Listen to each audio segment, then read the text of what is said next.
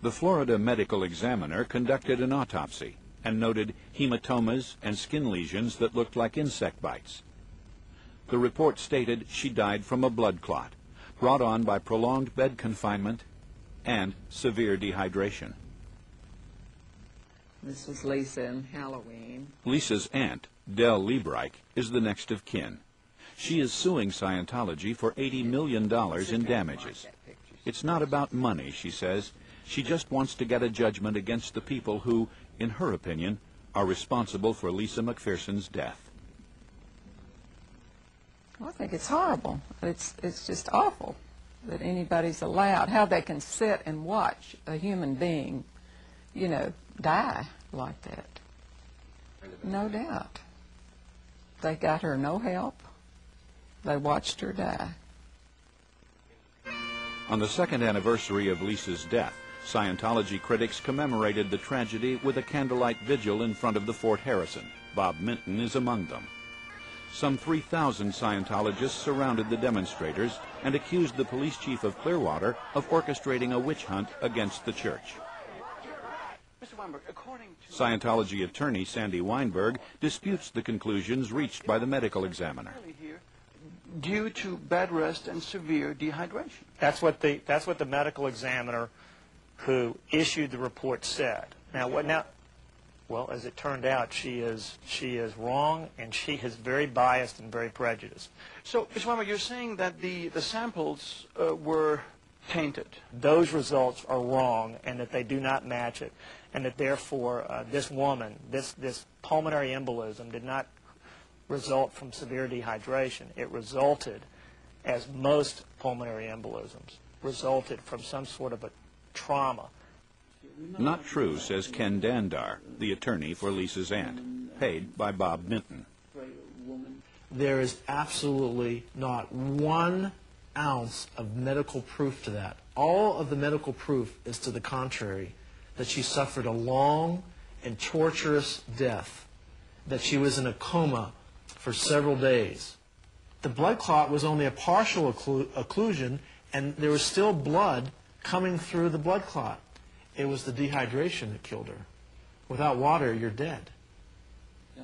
She died because she wouldn't succumb to their rules or their instruction. She wanted out. There's more than 2 people that know that she wanted out, and she refused to give up. And they've just let her die. Few Clearwater citizens dare to criticize the Scientologists. Clearwater was still a small city when I was a small boy. It was like 35,000 people. Now when you go to downtown Clearwater, you see them walk around the streets. They're like zombies. Oh, they don't bother me. No, they're a bunch of young people. They're beautiful people. They really are beautiful young people. I don't know why they want to belong to it, really, because they are such lovely, lovely looking people. Well, I know L. Ron Hubbard wrote a book, and they're I consider a religious cult, but other than that, I don't know a whole lot about them. They own a lot of property in the area. Most of Clearwater's Scientologists live at this highly guarded complex. Our camera team's arrival is reported immediately, along with the fact that Gabe Caceres is with us. He was the mayor in the 1970s when the sect first moved here. They build a fence around it. I don't know if it's to keep the public out or to keep the members of Scientology in and control them. But you can't get in or out without clearing the security. Midway through the interview, the former mayor breaks off when Scientology spokesman Brian Anderson approaches us. With him around, Gabe Caceres does not want to say another word. So you came just to say hello to us, or?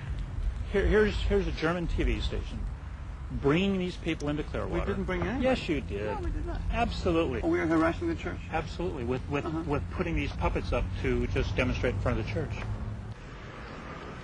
The former mayor prefers to be interviewed a few miles away in downtown Clearwater. You want to walk up a little bit? Why don't we walk?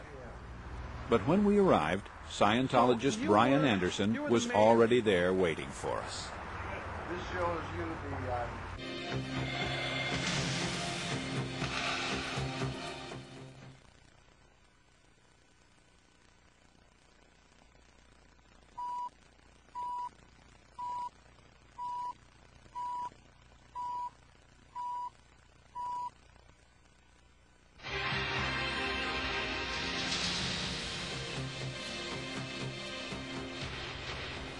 Scientologist Anderson stays close on our heels, while the former mayor tells us how it all began.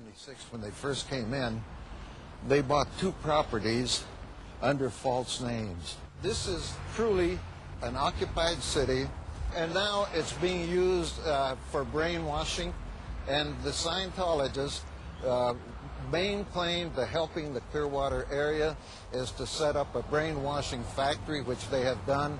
No, that's not true. We're open for tours all the time. I give tours all the time. Could we walk in with you and get a Well, tour? I would have people only of good heart actually giving a tour. I want to give a tour to only people who are of not someone who's trying to harass or bother or upset our citizens.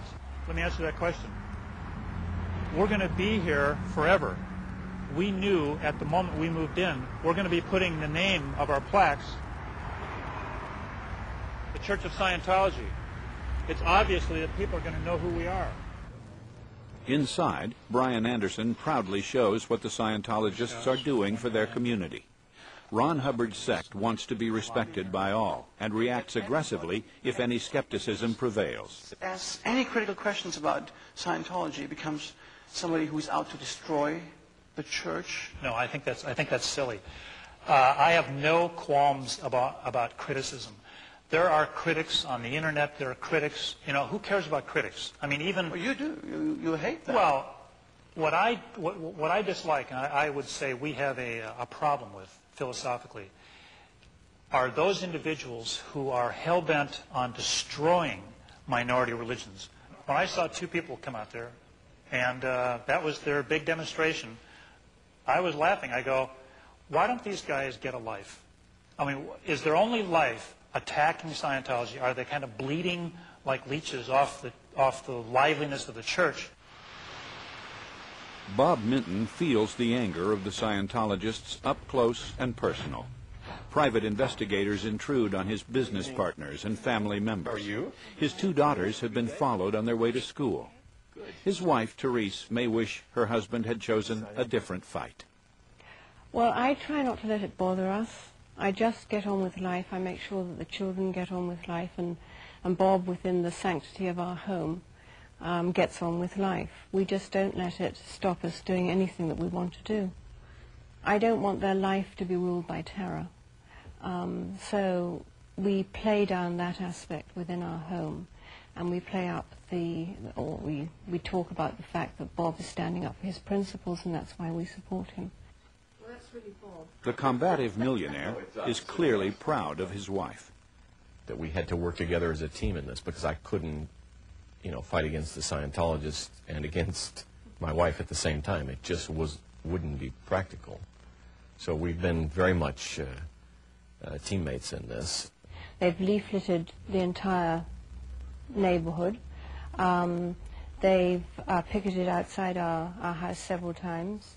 They think that's well within their rights. And we just have to say, fine.